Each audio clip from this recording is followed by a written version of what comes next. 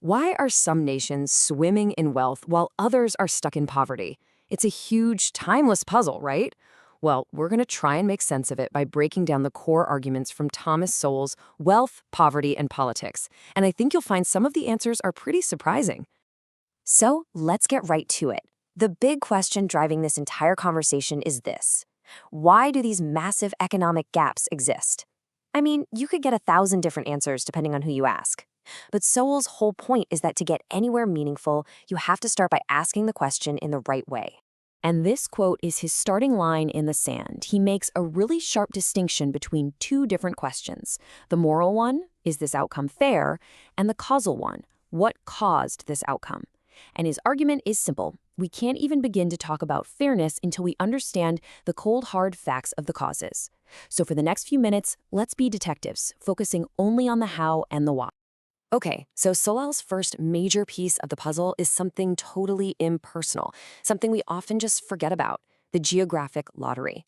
It's this idea that the physical world itself, the mountains, the rivers, the coastlines, plays a massive role in shaping the destinies of entire civilizations. I mean, just look at this comparison. It's such a simple but incredibly powerful way to see the point. Europe's coastline, it's a jagged mess, full of natural harbors, absolutely perfect for ships to dock, trade, and exchange ideas. Africa's, on the other hand, is remarkably smooth. For centuries, this meant ships just sailed right on by. We're not talking about good guys or bad guys here. We're talking about a huge head start literally carved into the map. And this isn't just some dusty old history. Think about modern shipping.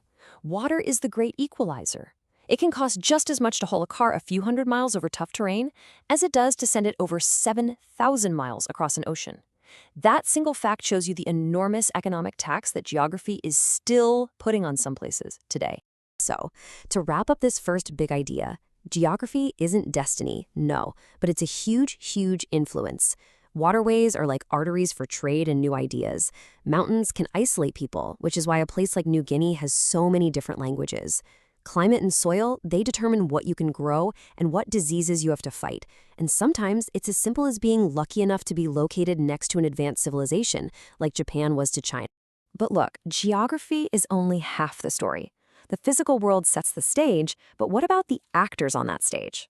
Sowell argues that what might be even more important are the tools people carry with them, not in their hands, but in their heads. This is the power of culture. And the key concept here is what economists call human capital. But we've got to be really clear. This is not about fancy college degrees.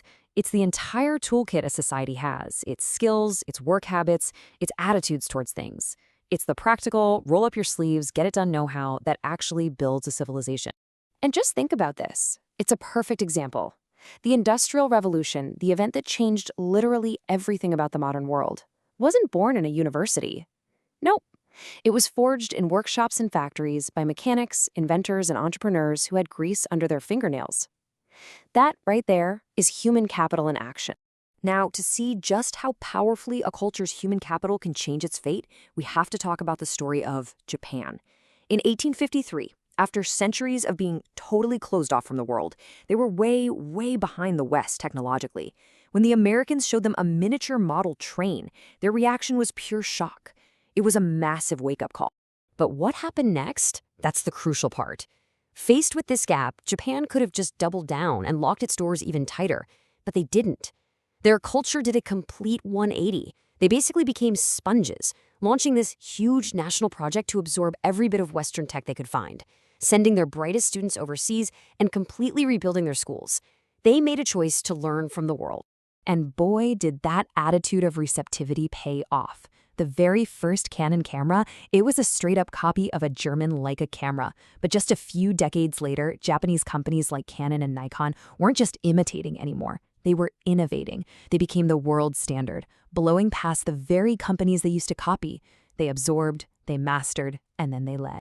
And culture isn't just about big national projects. It's also about things as basic as work habits. Take a look at this chart. It's a really stark example from colonial Malaya. Using the exact same simple tools, Chinese rubber toppers consistently produced more than double the output of Indian workers on the very same estates. Sowell points to examples like this to argue that different cultural attitudes toward work can have dramatically different economic results. Okay, so we've got these two giant forces, right? the random luck of geography, and the internal toolkit of culture. But how do they actually fit together? This is where we get to the real heart of Sowell's argument about what truly drives wealth and poverty. This quote here sets the stage perfectly. It is better to be roughly right than precisely wrong.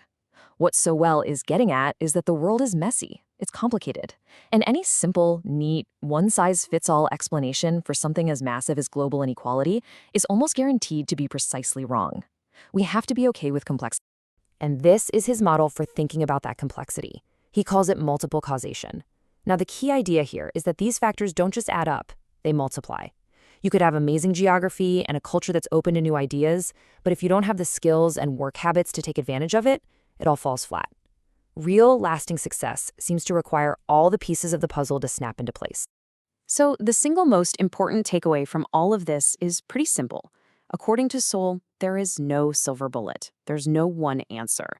Wealth and poverty are the end result of a long, tangled interplay of geography, culture, politics, and just plain historical luck.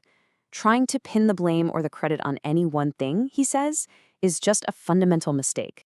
And that brings us right back to this final, really powerful question for us to think about. If history's messy, complex process almost never produces equal outcomes, what does that mean for us today as we try to build a more fair and just world? It's a question that takes all this historical analysis and drops it right into the middle of our biggest modern debates.